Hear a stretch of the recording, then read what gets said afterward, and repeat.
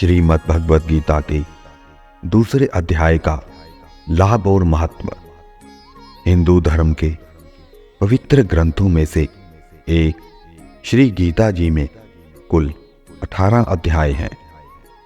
हर अध्याय से व्यक्ति अपने जीवन की कई समस्याओं का समाधान पा सकता है।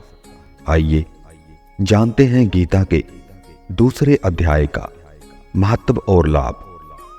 गीता के दूसरे अध्याय का महत्व।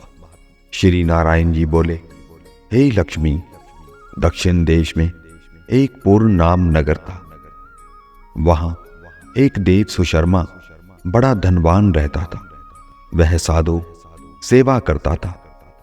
जब साधु सेवा करते हुए बहुत दिन बीते, तब एक बाल नाम ब्रह्मचारी आया, जिसकी सुशर्मा ने बहुत सेवा की और विनय किया कि हे संत जी, कृपया मुझे श्री नारायण जी को पाने का ज्ञानोपदेश करो। तब ब्रह्मचारी बोले, मैं तुझे गीता के दूसरे अध्याय का पाठ सुनाता हूं। देव सुशर्मा ने कहा कि गीता जी के दूसरे अध्याय को सुनने से कोई आगे भी मुक्त हुआ है। बाल ने कहा, मैं तुझे प्राचीन कथा सुनाता। एक अयाली वन में बकरियां चराता था और मैं वहां भजन करता था।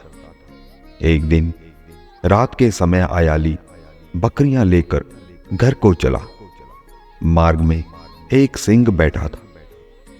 एक बकरी सबसे आगे आती देखकर सिंह भाग गया।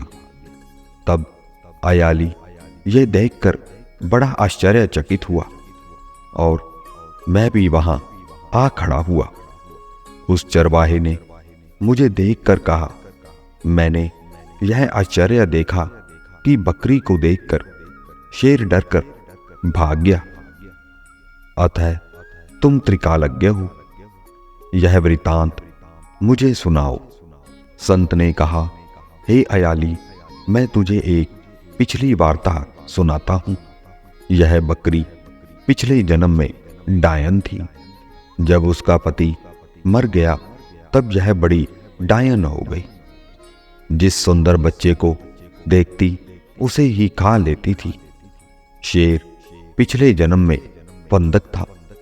वह पक्षी पकड़ने के लिए जंगल में गया।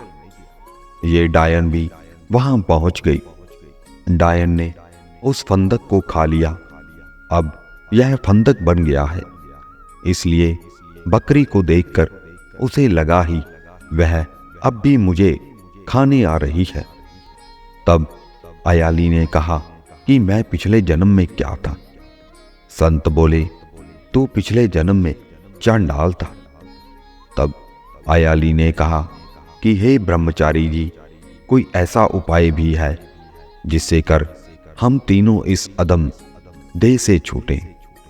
तब संत बोले, हम तुम तीनों का उद्धार करते हैं। एक बात, सपनों भयानक पर्वत की कंदरा में एक शिला थी। उसमें श्री गीता जी का दूसरा अध्याय लिखा हुआ था। मैंने उन अक्षरों को उस शिला पर देखा था। अब मैं तुम्हें मन, वचन और कर्म एकाग्र करके सुनाता हूं। तुम श्रवण करो। संत ने जब गीता जी के अक्षर सुनाए तो उनको सुनते ही तुरंत आकाश से विमान आए और उन तीनों को विमानों पर बैठाकर वैकुंठ लोक ले गए।